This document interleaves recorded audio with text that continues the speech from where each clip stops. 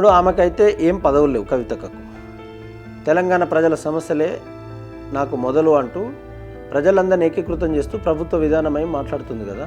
అందులో బీసీ వాదం మీద కూడా మాట్లాడుతుంది. అంటే ఇప్పుడు ఆమె ఉద్యమానికి మీరు సపోర్ట్ చేయరా, లేకపోతే ఆమెను ఏ కోణంలో మీరు చూస్తారు? ప్రజలు తస్మాత్ జాగ్రత్త.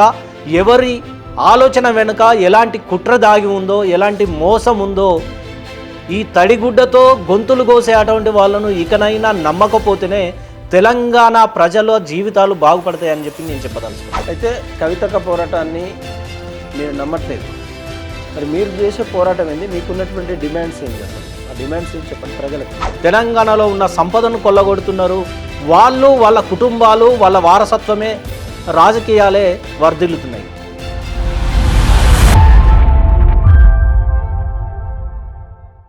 వర్తమానం ఛానల్కు స్వాగతం. నేను మీ ఉదయ్ కుమార్. ఈరోజు మన ముఖ్య అతిథి తెలంగాణ ఉద్యమకారుల జాయింట్ యాక్షన్ కమిటీ రాష్ట్ర అధ్యక్షులు కామ్రేడ్ బద్రి గారు ఉన్నారు.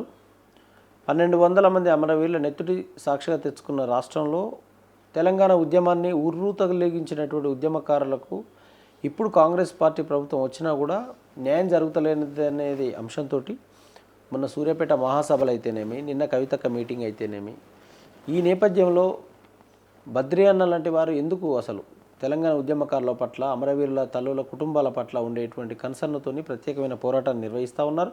ఆ నిర్వహణలో భాగంగా బద్రి అన్న గారు ఒక రాష్ట్ర అధ్యక్షునిగా అందరిని ఏకం చేస్తూ ఉస్మానియా యూనివర్సిటీ ఉద్యమే కాదు, రాష్ట్ర స్థాయిలో అనేకమైనటువంటి ప్రాంతాల్లో ఉద్యమాలను తీసుకుపోవాలి, తెలంగాణ ఉద్యమంలో పాల్గొన్నటువంటి ప్రతి ఒక్కరు కూడా 250 గజాల ఇల్లుగా జాగా కావాలి, అదేవిధంగా ఇంటికో ఉద్యోగం ఇవ్వాలి, కొన్ని ప్రత్యేకమైనటువంటి డిమాండ్ పెట్టి పోరాటం చేస్తున్నటువంటి సందర్భం. కాబట్టి ఇప్పుడు జరుగుతున్నటువంటి విషయం ఏంది, తెలంగాణ రాష్ట్ర రాజకీయ పరిస్థితి ఏంది, ఒక బీసీ వాదం నడుస్తూ ఉన్నది, ఉద్యోగుల యొక్క పోరాటం నడుస్తూ ఉన్నది, నిరుద్యోగుల పోరాటం నడుస్తూ ఉన్నది.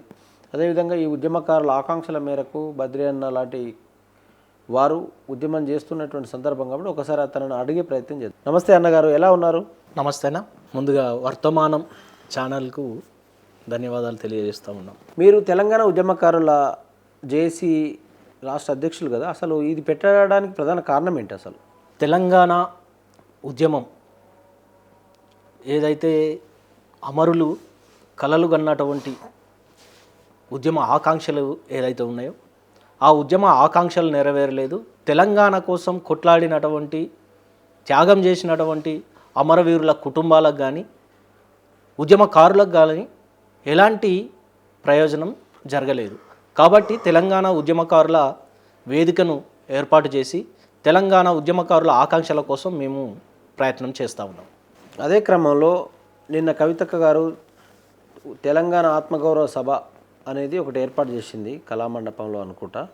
అదే క్రమంలో ఆమె మాట్లాడుతుంది, అప్పుడు జరిగినటువంటి జీవ్ హుజూర్ కాదు అనేటువంటి అంశము మాట్లాడుతూ మేము పోరాటానికే సన్నద్ధం అవుతున్నాము, కాబట్టి మాకు ఏ పదవులొద్దు ఏదొద్దు, కానీ తెలంగాణ ప్రజలందరికీ కూడా న్యాయం జరగాలని ఆమె ముందుకొచ్చింది. మీరు ఎప్పటి నుంచో పోరాటం చేస్తున్నారు, మీ ఉద్యమ త్యాగం చాలా గొప్పది. కాబట్టి ఆమె యొక్క సమావేశాన్ని ఎలా చూస్తారు? మీరు వారికంటే ఏమైనా ఎక్కువ పోరాటాలు చేయగలుగుతారా? తెలంగాణ ప్రజలకు ఏం చెప్పదలుచుకున్నారు? కల్వకుంట్ల కవిత ఆమె ఇవాళ తెలంగాణ ఆత్మగౌరవ సభ పెట్టడం అనేటువంటిది నిజంగా మరి 10 ఏళ్ల కాలం ఏం చేశారు? 10 ఏళ్ల కాలంలో తెలంగాణ ఉద్యమకారులు ఎందుకు ఆమెకు గుర్తు రాలేదు? అమరవీరుల కుటుంబాలు ఎందుకు గుర్తు రాలేదు? ఏనాడు ఒక స్టేట్మెంట్ కూడా ఎందుకు ఇవ్వలేదు?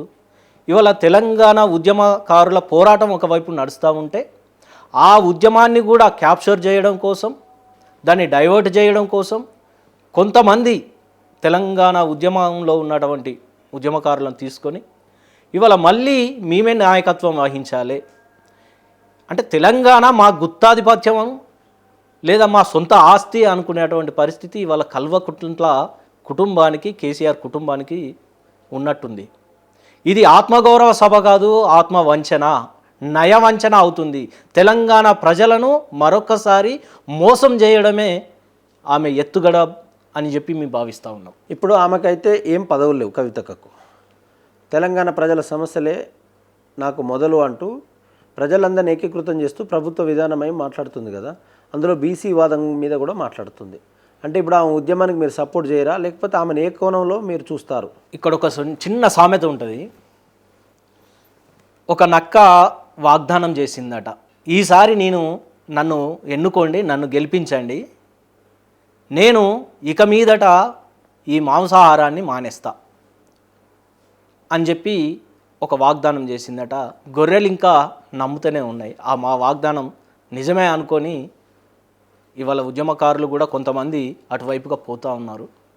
అది ఎప్పటికున్న మోసమే అనేటువంటిది మేము చెప్పదలుచుకున్నాం. ఇవాళ బీఆర్ఎస్ పార్టీలో 3 ముక్కలాట నడుస్తుంది. ఒక పక్క కల్వకుంట్ల తారక రామారావు కేటీఆర్, మరో పక్క హరీష్ రావు, ఇంకో పక్క కవిత.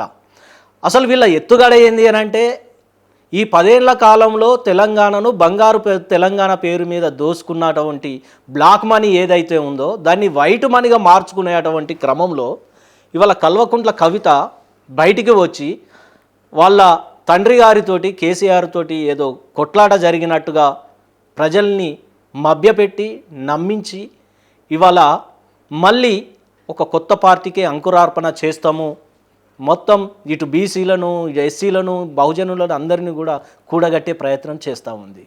ఇది మరొక్క నయవంచన మోసము. ఈ మోసకారులను నమ్మొద్దనేదే మేము ప్రగాఢంగా చెప్తా ఉన్నాం. ప్రజలు తస్మాత్ జాగ్రత్త. ఎవరి ఆలోచన వెనుక ఎలాంటి కుట్ర దాగి ఉందో, ఎలాంటి మోసం ఉందో, ఈ తడిగుడ్డతో గొంతులు కోసే అటువంటి వాళ్ళను ఇకనైనా నమ్మకపోతేనే తెలంగాణ ప్రజల జీవితాలు బాగుపడతాయని చెప్పి నేను చెప్పదలుచుకున్నాను. అయితే కవితక పోరాటాన్ని మీరు నమ్మట్లేదు, మరి మీరు చేసే పోరాటం ఏంది? మీకున్నటువంటి డిమాండ్స్ ఏంది? అసలు ఆ డిమాండ్స్ ఏంటి చెప్పండి ప్రజలకు. ఇంతగానం తెలంగాణ ప్రజలు 60 ఏళ్ళుగా వివిధ రకాల పార్టీలను నమ్మి మోసపోయారు. అన్ని రకాల పార్టీలను, వాళ్ళ ఎత్తుగడలను, వాళ్ళ పరిపాలనను గమనించినటువంటి వాళ్ళుగా ఇవాళ బీజేపీ అయితేంది, కాంగ్రెస్ అయితేంది, బీఆర్ఎస్ అయితేంది, అనేక రకాల పార్టీలు ఉన్నాయి. ఈ పార్టీల అన్నీ కూడా వీళ్ళు ప్రజలకు న్యాయం చెయ్యరు అని చెప్పి తేలిపోయింది. ముఖ్యంగా తెలంగాణలో ఉన్నటువంటి వనరులను వాడుకుంటున్నారు, తెలంగాణలో ఉన్న సంపదను కొల్లగొడుతున్నారు. వాళ్ళ కుటుంబాలు, వాళ్ళ వారసత్వమే, రాజకీయాలే వర్ధిల్లుతున్నాయి. వాళ్ళ వారసులే మంత్రులు అవుతున్నారు, లేదా వాళ్ళ వారసులే ఎమ్మెల్యేలు అవుతున్నారు, లేదా వాళ్ళకే టికెట్లు కూడా లభిస్తున్నాయి. చివరికి మనం ఏం చెప్పదలుచుకున్నాము అని అంటే, ఇక ఈ పార్టీలను నమ్ముకుంటే నా లాభం లేదు. ఇవాళ ఎవరైనా కూడా ఒక్కొక్కడు ఒక్కొక్క నియంత. కాబట్టి తెలంగాణ ఉద్యమకారులు, తెలంగాణ ప్రజలు ఆలోచించాలి. అమరవీరుల కుటుంబాలు ఉన్నాయి, ఆ కుటుంబాలకు సంబంధించినటువంటి వాళ్ళ నుండి మనం రాబోయే ఎలక్షన్లలో, రాబోయే ఎన్నికలలో వారిని ఎన్నుకుందాం, వారిని నిలబెట్టుకుందాం, వారిని గెలిపించుకుందాం. తెలంగాణ కోసం త్యాగాలు చేసినటువంటి ఎంతోమంది ఉద్యమకారులు ఉన్నారు. అలాంటి వాళ్ళను మనము ఒక ప్రత్యామ్నాయంగా, ఒక రాజకీయ వేదికను, ఒక రాజకీయ శక్తిగా మనమే ఎదుగుదాము. ఒక రాజకీయ శక్తిగా మనం బలపడి రాజకీయ వేదికను ఏర్పాటు చేసుకొని అలాంటి త్యాగం చేసినటువంటి ఉద్యమకారులు ఎవరైతే ఉన్నారో వాళ్ళను గెలిపించుకునే ప్రయత్నం చేద్దాం తప్ప ఇవాళ ఇటు ఎస్సీలైనా బీసీలైనా మొత్తం బహుజన సమాజానికి మేము ఇచ్చేటువంటి పిలుపు ఒకటే, రేపు రాబోయే ఎన్నికల్లో 3వ ప్రత్యామ్నాయంగా మనం రాజకీయ శక్తిగా ఎదగాలి, రాజకీయ వేదికను మనం ఏర్పాటు చేసుకోవాలి. ఇక వీళ్ళను నమ్మితే మనం మళ్ళొక్కసారి మోసపోతాం. ఈ మోసం వంచన ఎంతకాలం అని చెప్పి ఈ సందర్భంగా నేను అడుగుతా ఉన్నాను. అదే క్రమంలో మీరు ఈ తెలంగాణ ప్రజల ఆకాంక్షలు, వాళ్ళ పోరాటం ద్వారా వచ్చినటువంటి ఫలితాలలో భాగంగా నష్టపోయిన కుటుంబాల వాళ్లకు మీరేం డిమాండ్ ఈ రాష్ట్ర ప్రభుత్వాన్ని అడగదలుచుకున్నారు? మీరేం కోరుకుంటున్నారు? అవి కొన్ని డిమాండ్స్ చెప్పండి. వాస్తవానికి గత ప్రభుత్వం 10 ఏళ్ల కాలంలో ఉద్యమకారులను గుర్తించలేదు, గౌరవించలేదు. పైగా వాళ్ళనే నిర్బంధించింది. మీకు తెలుసు, ఎంతోమందిని జైళ్ళల్లో కూడా పంపిన చరిత్ర గత బీఆర్ఎస్ పార్టీకి ఉంది. ఇప్పుడు వచ్చినటువంటి కాంగ్రెస్ ప్రభుత్వం కూడా అధికారంలోకి వచ్చి 2 ఏళ్ళు గడిచింది. ఉద్యమకారుల ఎజెండాను తీసుకొని వాళ్ళు జనాలలోకి వెళ్ళి వారి పార్టీ మేనిఫెస్టోలో కూడా ఉద్యమకారులకు తెలంగాణ కోసం ఎవరైతే కొట్లాడిరో, త్యాగం చేసిరో వారికి మేము 250 గజాల ఇంటి స్థలాన్ని ఇస్తాము, వారికి 25,000తో కూడిన పెన్షన్ ఇస్తాము, గౌరవ వేతనం లాగా అందిస్తాము అని చెప్పి వాగ్దానం చేశారు. కానీ ఇవాళ ఆ ఎన్నికల హామీ అది హామీగానే మిగిలిపోయింది. ఇప్పటికీ కూడా దాని మీద మరి మేము అనేక రిప్రజెంటేషన్ చేసినాం, అనేక పోరాటాలను కూడా చేసినాము. ఎంతోమంది జేఏసీలు పెట్టుకొని ఇవాళ ఆ ప్రభుత్వంతో మాట్లాడుతున్నారు, చర్చిస్తున్నారు, డిమాండ్ చేస్తున్నారు. అనేక సభలు సమావేశాలు జరుగుతున్నాయి. మేము మొన్ననే జనవరి 12వ తారీఖున సూర్యాపేటలో, ముఖ్యంగా ఇక్కడ సూర్యాపేటలో గుర్తు చేయాల్సింది ఏంటంటే, నాడు తెలంగాణ మహాసభ పేరుతో మరి మారోజు వీరన్న తెలంగాణ డిక్లరేషన్, సూర్యాపేట డిక్లరేషన్ ప్రకటించారు. ఆ డిక్లరేషన్ వెలుగులోనే మళ్ళీ మేము సూర్యాపేటలో జనవరి 12వ తారీఖున సభ పెట్టడం జరిగింది. దానికి వేలాది మంది ప్రజలు, ఉద్యమకారులు తరలి వచ్చారు. అదే నిదర్శనం. ఉద్యమకారుల ఆకాంక్ష ఏముంది, ఉద్యమకారుల జీవితాలు ఎట్లా ఉన్నాయి అనేటువంటి దానికి ఆ సభ ఒక నిదర్శనంగా ఇవాళ నిలబడ్డది. కాబట్టి ప్రభుత్వాన్ని మేము ఒకటే డిమాండ్ చేస్తూ ఉన్నాం, ఈసారి గనక మీరు ఉద్యమకారుల ఎజెండాను తీసుకొని ఆ సమస్యను కనుక పరిష్కారం చేయకపోతే రేపు రాబోయే రోజుల్లో గత బీఆర్ఎస్కు ఏ గత అయితే పట్టిందో రేపు వచ్చే అటువంటి ఎన్నికలలో మిమ్మల్ని ఓడించడమే మా లక్ష్యంగా మేము పనిచేస్తామని చెప్తా ఉన్నాం. తెలంగాణ రాష్ట్రం వచ్చి 12 ఏళ్ళు అవుతుంది. నిరుద్యోగ సమస్య ఇంకా పెండింగ్లోనే ఉంది. మీరేమో ఉద్యమ ఆకాంక్షలు అని అంటున్నారు. మరి ఈ ప్రభుత్వం పట్ల మీకున్న ఉద్దేశం ఏమిటి నిరుద్యోగుల కోసం? ఒక పక్క నిరుద్యోగ సమస్య తెలంగాణలో రోజు రోజుకి పెరుగుతూ ఉంది. నిరుద్యోగులు ఇప్పటికే అనేక ధర్నాలు, రాస్తారోకాలు మళ్ళీ చేస్తూ ఉన్నారు. జాబ్ క్యాలెండర్ ప్రకటిస్తాము ప్రతి సంవత్సరం అన్న ప్రభుత్వము దాని ఊసే ఎత్తడం లేదు. సంవత్సరంలో 2 లక్షల ఉద్యోగాలను భర్తీ చేస్తామన్న వాళ్ళు కనీసం 50,000 ఉద్యోగాలను కూడా భర్తీ చేయకపోవడము సిగ్గుచేటు. ఇప్పుడు అన్ని డిపార్ట్మెంట్లలో దాదాపు 2 లక్షలకు పైగా ఉద్యోగాలు ఖాళీ ఉన్నాయి.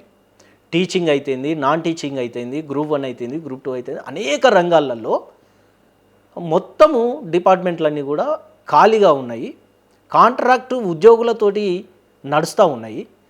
కానీ ప్రభుత్వం చిత్తశుద్ధి చూపడం లేదు. ప్రభుత్వం ఇప్పటికైనా జాబ్ క్యాలెండర్ ప్రకటించి ఉద్యోగాలను తక్షణమే భర్తీ చేయాల్సినటువంటిది ఉంది. ఒకవేళ అట్లా భర్తీ చేయకపోతే నిరుద్యోగ నినాదం కూడా తీసుకుంటాము. విద్యార్థులు, నిరుద్యోగులు, ఉద్యమకారులు కలిసి ఈ ప్రభుత్వం మీద మరొక పోరాటాన్ని చేయాల్సినటువంటి పరిస్థితి ఈరోజు మా ముందట ఉన్నది. తప్పకుండా ఆ దిశగా మేము ఆలోచన చేస్తాం. మరి అట్లా కదిలినప్పుడు మళ్ళీ మమ్మల్ని ఇబ్బంది పెట్టేటువంటి పరిస్థితి ఏమైనా తెచ్చినా కూడా ఇక మేము వెనకాడబోమనేది కూడా మేము ఈ సందర్భంగా చెప్పదలుచుకున్నాం. ఒకవేళ మీరు తెలంగాణ ఉద్యమ ఆకాంక్షలు మరియు నిరుద్యోగుల సమస్యలు అంటారు కదా, ఈ ప్రభుత్వం చేయకపోతే నెక్స్ట్ ఆల్టర్నేటివ్ ఏం చేస్తారు? మంచి ప్రశ్న అన్న. ఆల్టర్నేటివ్ ఇవాళ తెలంగాణకు ఆల్టర్నేటివ్ ఎప్పుడో ప్రకటించారు. కామ్రేడ్ మారోజు వీరన్న అయితేంది, బెల్లి లలిత లాంటి వాళ్ళు క్లియర్గా గద్దర్ అన్న పాట రూపంలో బానిసలారా లెండిరా అంటూ ఒక పాట పాడి ఇక మనం తెగించి కొట్లాడకపోతే ఈ సమస్య పరిష్కారం కాదు అని చెప్పి గద్దరాన్నే ఒక పార్టీ ప్రత్యామ్నాయంగా తీసుకురావాలి అని చెప్పి ఆయన కోరుకున్నారు. కానీ ఆ పని జరగలేదు. కానీ ఇప్పుడు ఉద్యమకారులందరం కూడా ఆలోచించి ఖచ్చితంగా ఒక ప్రత్యామ్నాయ వేదికను ఏర్పాటు చేసి రాబోయే రోజులలో మొత్తంగా తెలంగాణ ఎట్లా అయితే విముక్తి అవుతుంది, ఇవాళ సామాజిక అణిచివేత పోలేదు, సాంస్కృతిక దాడి పోలేదు, చూస్తూనే ఉన్నాం. అదే ఆంధ్ర ఆధిపత్యం నడుస్తుంది. మొత్తం కాంట్రాక్టులన్నీ కూడా ఆంధ్ర పెట్టుబడిదారులకే వెళ్తూ ఉన్నాయి. కాంట్రాక్టర్లు అందరూ వాళ్ళే, ఏ డిపార్ట్మెంట్లో చూసినా మళ్ళీ వాళ్ళదే ఆధిపత్యం నడుస్తూ ఉన్నది. ఒకవైపు ఇటు కల్చరల్గా, ఆర్థికంగా అన్ని రకాలుగా వాళ్ళదే ఆధిపత్యం నడుస్తూ ఉన్నది. కాబట్టి ఈ ఆధిపత్యానికి వ్యతిరేకంగా ఏదైతే తెలంగాణ ఆత్మగౌరవం, అస్తిత్వం కోసం కొట్లాడినటువంటి ప్రజలున్నారు, మొత్తం ఆర్థిక దోపిడీకి, వనరుల దోపిడీకి, తెలంగాణ అస్తిత్వాన్ని కాపాడుకునే దిశగా, తెలంగాణ సంస్కృతిని కాపాడుకునే దిశగా మేము ప్రత్యామ్నాయంగా ఒక మోడల్ని తీసుకొని మళ్ళా ప్రజల దగ్గరికి వెళ్తాం. ఖచ్చితంగా తెలంగాణకు అట్టడుగు వర్గాలకు న్యాయం జరిగేటువంటి ఒక ప్రణాళికను తీసుకొని ఎట్లయితే ఒక విద్యా వ్యవస్థను బాగు చేసుకుంటామో, ఎట్లయితే అందరికీ సుఖప్రదమైనటువంటి ఒక జీవితం ఉంటుందో అసలు అద్భుతంగా తయారు చేయవచ్చు. వీళ్లకు చిత్తశుద్ధి ఎక్కడిది? ప్రజల దగ్గర నుంచి పన్నులు ఊడగొట్టి వసూలు చేసుకున్నటువంటి డబ్బుతోటి జలసాలు చేయడం, వాళ్ళు వాళ్ళ వారసులు తరతరాలు తిన్నా తరగకుండా ఫామ్ హౌజులలో దాచుకోవడమే వీళ్ళకు తెలుసు. కానీ ప్రజల బాగోగులు చూసుకునేటువంటి పరిస్థితి వాళ్ళ దగ్గర లేదు. కానీ తెలంగాణ వస్తే ఏం జరుగుతుంది అని ఊహించినామో దానికి అనుగుణంగా తెలంగాణ ఉద్యమ ఆకాంక్షలను నెరవేర్చే విధంగా మా మేనిఫెస్టో ఉంటుంది, మా ప్రణాళిక ఉంటుంది, మా కార్యాచరణ ఉంటుంది. తెలంగాణలో విద్యా వ్యవస్థను బాగు చేస్తాము, ఆరోగ్య వ్యవస్థను, వైద్యాన్ని ప్రతి కుటుంబానికి ఉచితంగా అందేటట్టుగా ఆ ప్రణాళికను రూపొందిస్తాము. ఇట్లా ఉద్యోగస్తులు అయితేంది, ఎస్సీలు అయితేంది, బీసీలు అయితేంది, ఇవాళ ఎస్సీల విషయమే తీసుకున్నట్లయితే దళిత కుటుంబాలు ఇప్పటికీ ఇండ్లు లేనటువంటి వాళ్ళు లక్షలలో దాదాపుగా 3 లక్షల పైగా ఇవాళ సొంత భూమి లేనటువంటి వాళ్ళు, ఎకర గుంట భూమి లేనటువంటి వాళ్ళు కుటుంబాలు 3 లక్షల పైగా ఉన్నారు.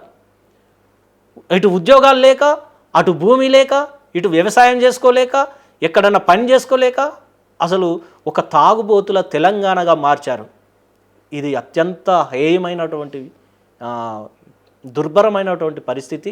ఈ దుర్భరమైన దారుణమైనటువంటి ఈ స్థితి నుంచి తెలంగాణ ప్రజానీకాన్ని బయటపడేయడమే మా అంతిమ లక్ష్యం. అటువైపుగా మేము ఆలోచన చేస్తాం. తప్పకుండా రాబోయే రోజులలో నినాదాలతో కాదు, ఆచరణలో చూపేటువంటి వాళ్ళనే మేము ఎన్నుకోవడం జరుగుతుందని ఈ సందర్భంగా తెలియజేస్తాం. మీ ఉద్యమ ఆకాంక్షలు, మీ పోరాటం రూపం ద్వారా సక్సెస్ కావాలని కోరుకుంటూ, మేము పిలవగానే వచ్చి మీ అమూల్యమైన అభిప్రాయాలు మా వర్తమానం ఛానల్ వారికి అందించినందుకు ప్రత్యేకమైన ధన్యవాదాలు తెలియజేస్తూ ఈ చర్చా సంవాద కార్యక్రమాన్ని ఇంతటితో ముగిస్తున్నాము. నమస్కారం. థ్యాంక్ యూ అన్న.